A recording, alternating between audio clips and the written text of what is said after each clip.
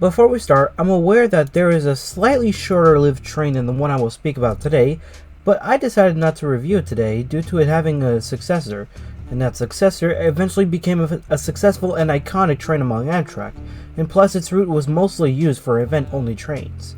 This train is technically the second shortest lived train, but this one got completely ripped off the face of the earth, not to have a successor, technically, more on that later. Which is why I still think this is the shortest lived train on Amtrak. Anyway, let's begin. Amtrak has always had some weird trains during existence, and all of them pretty much failed in similar ways. Some good examples are the Kentucky Cardinal, Lake Country Limited, Black Hawk, Hilltopper, and Shenandoah. Routes like this were cut in the 80s and 90s because of either Amtrak losing money or them deciding to merge another shorter route to create a longer one as a successor. After extensive research, I found the shortest lived Amtrak route. Let's talk about Amtrak's campus.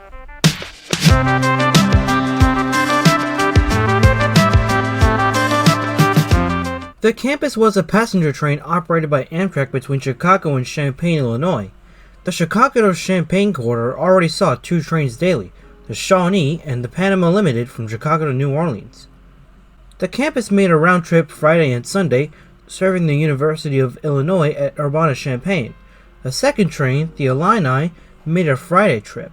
The campus first appeared on the November 14, 1971 timetable, the first timetable Amtrak issued with its own numbers. I couldn't find anything on what the train consisted of, but considering it's an early 70s route, I'm gonna guess that it was another one of Amtrak's rusted E8 units, with 2 or 3 coach cars behind it, along with a cafe car in between because it had an onboard cafe.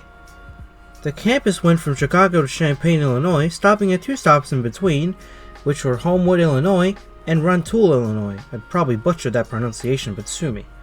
Their journey was a total of 127 miles long, and the journey time was 2 hours and 10 minutes.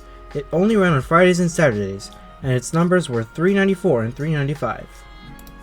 Both the Illini and campus had used Chicago's Central Station, which Amtrak was abandoning by this time.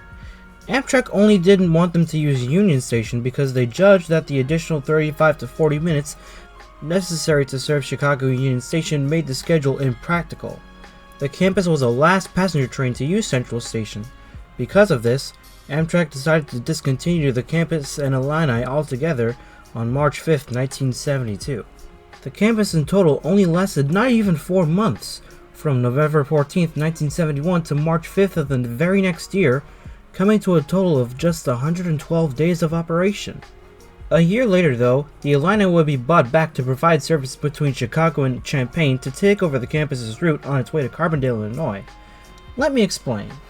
Amtrak revived the Illini on December 19th of 1973, again as a Chicago to Champaign service.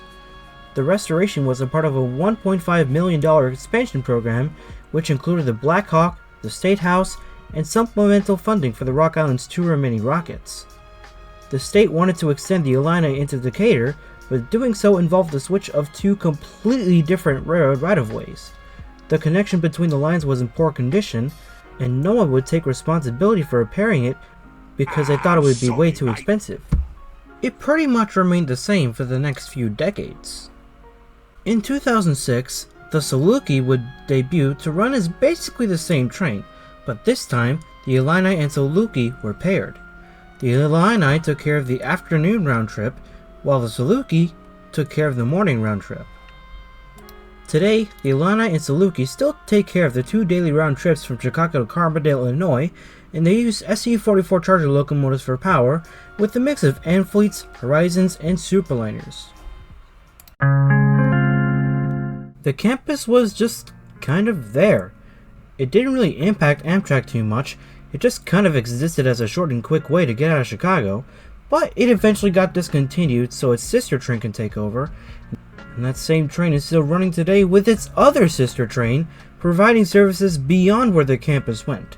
Anyway, that's really just about it. Thanks for watching this video. Hope you learned something new. If you liked this video, please subscribe.